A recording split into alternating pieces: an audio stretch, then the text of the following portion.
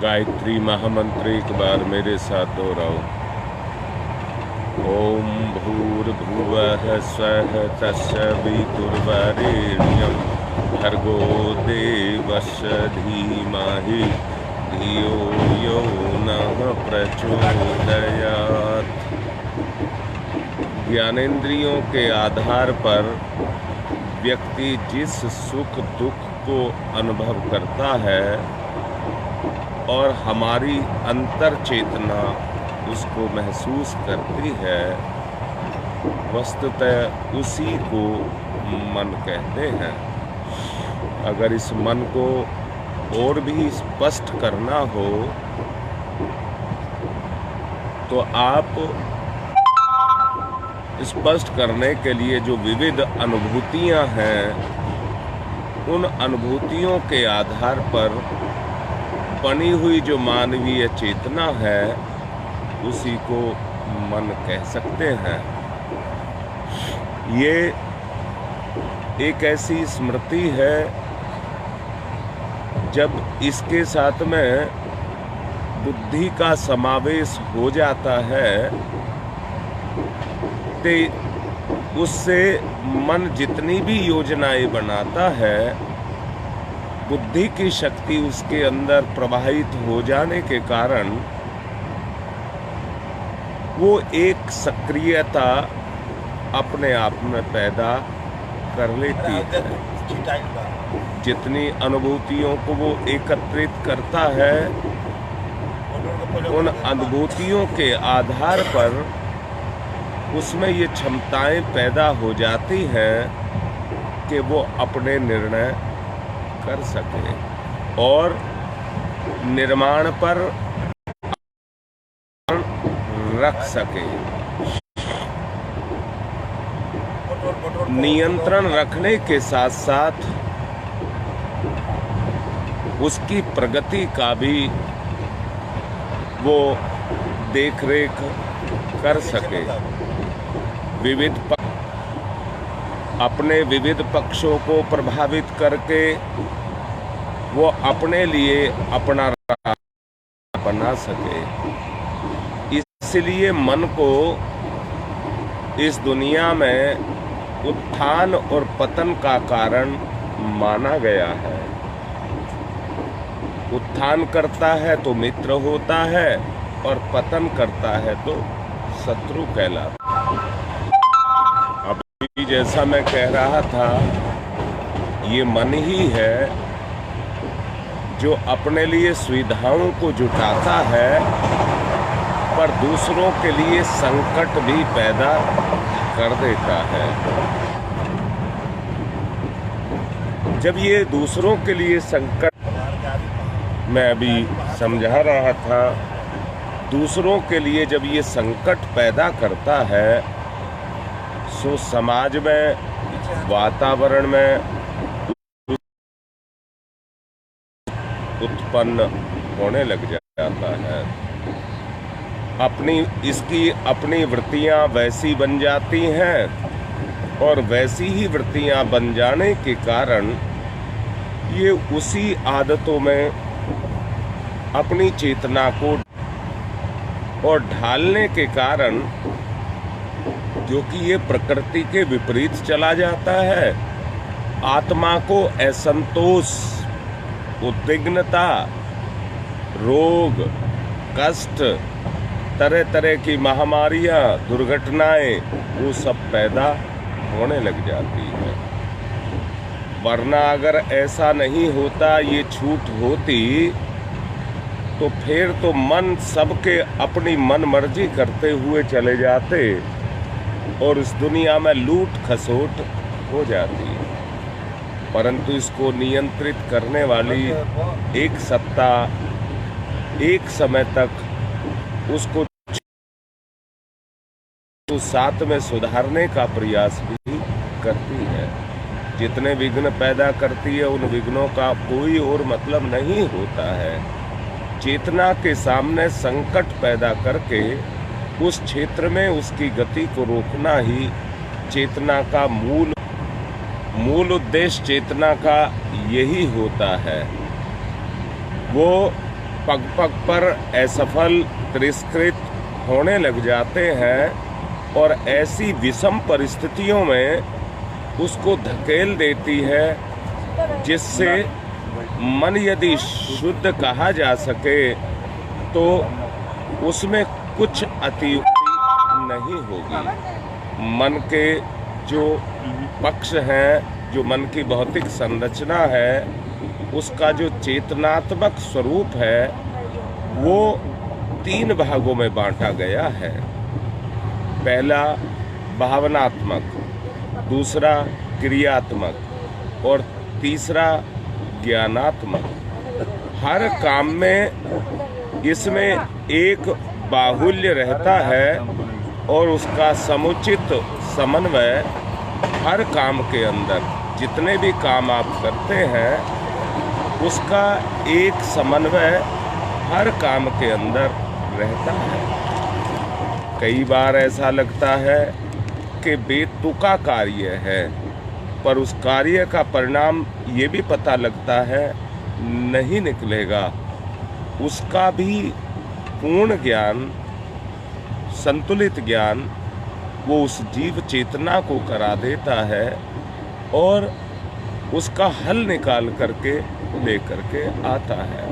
अर्थात वो चेतना को भटकने ना देने के लिए है, पर जब स्वयं मन ही अपनी चेतना को भटकाने लग जाए तो फिर उसका कोई हल नहीं है।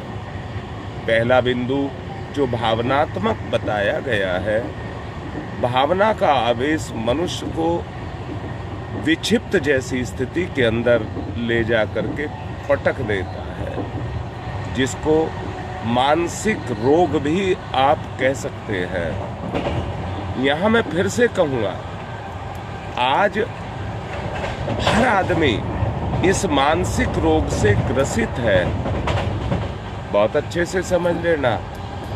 मैंने अभी कुछ देर पहले कहा था, अगर मन संतुलन को नहीं बना रहा है और अपनी मनमानी अपने सुख के लिए कर रहा है, तो वो अपने लिए भावनात्मक रूप से भी और सामाजिक रूप से भी वो अपने लिए संकट पैदा कर रहा है और एक ऐसे असंतुलन को पैदा कर रहा है कि जिसमें उसको अपने आप ही इन दुखों को प्राप्त करना पड़ता है।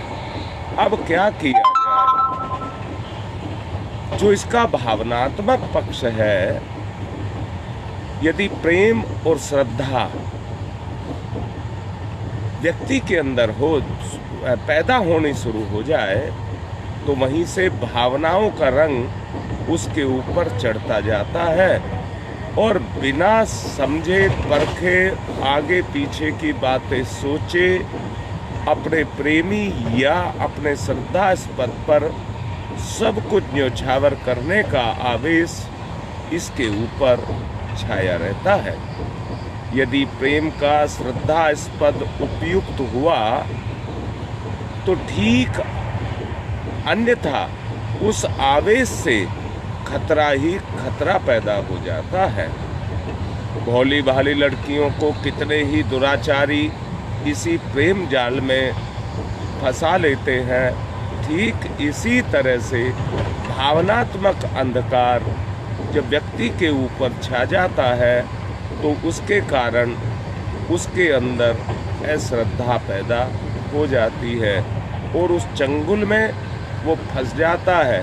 तरह तरह के पाखंड, देवी देवताओं को मनाने के तरीके, संत महात्माओं के माध्यम से इतनी क्षति को उठाता है, यदि उसकी दिशा सही ना रहे तो उसकी मान्यताएं भी ठीक नहीं रहती हैं।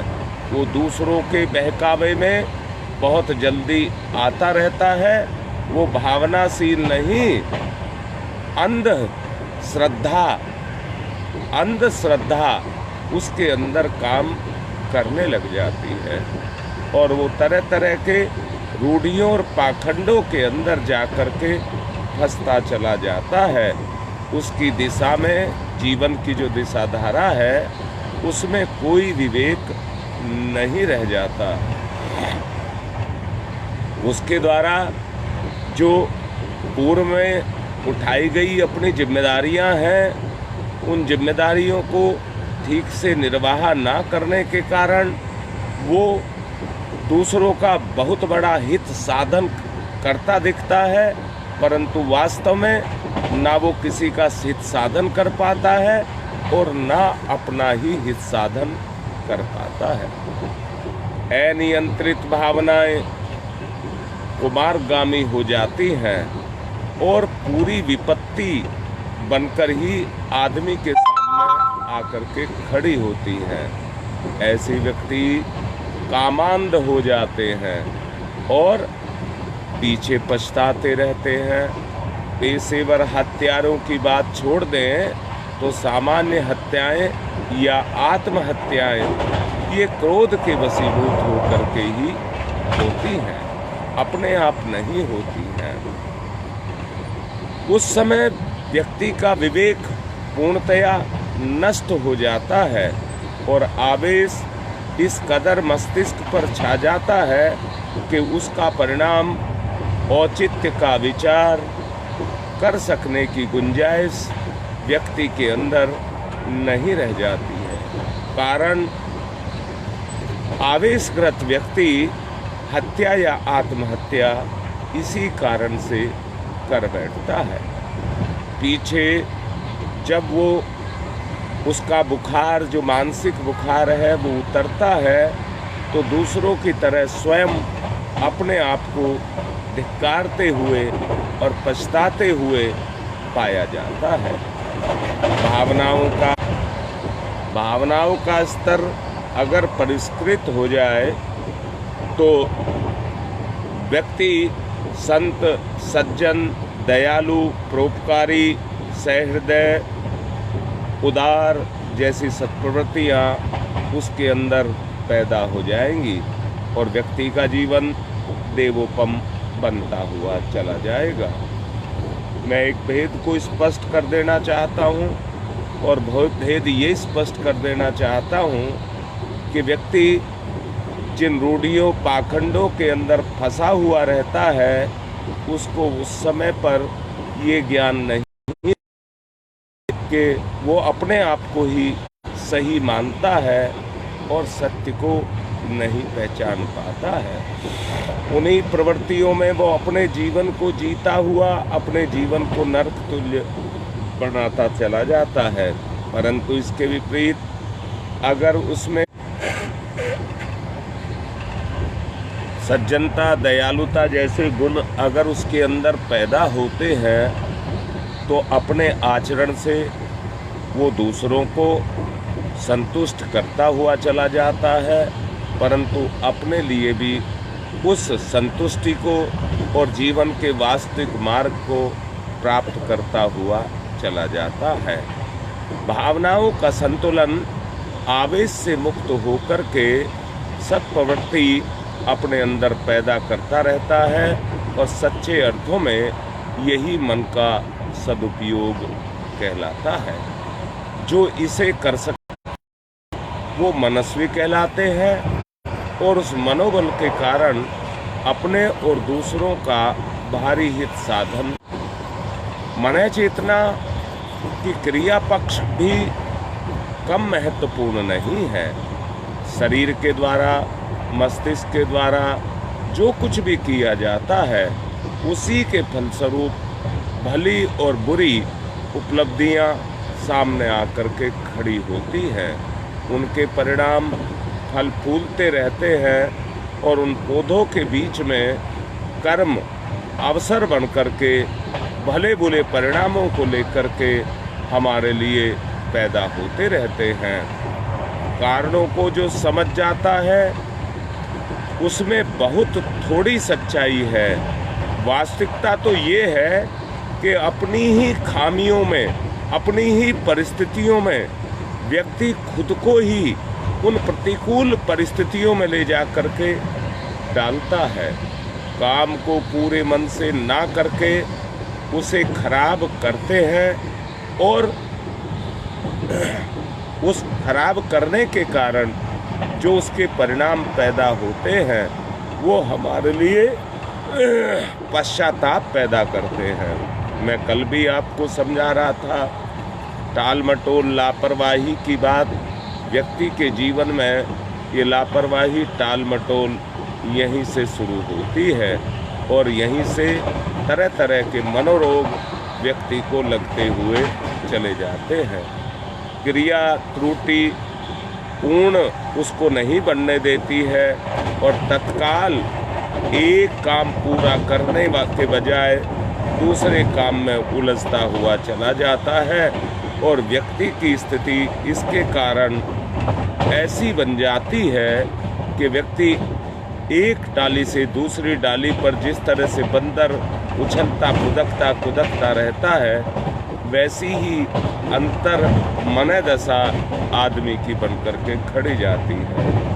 आप लोगों ने इस बात को तो सुना ही होगा कि मनः चेतना का क्रिया पक्ष बहुत महत्वपूर्ण है, शरीर का नहीं। शरीर तो मन के अधीन होता है, जो भी कार्य वो करता है जब वो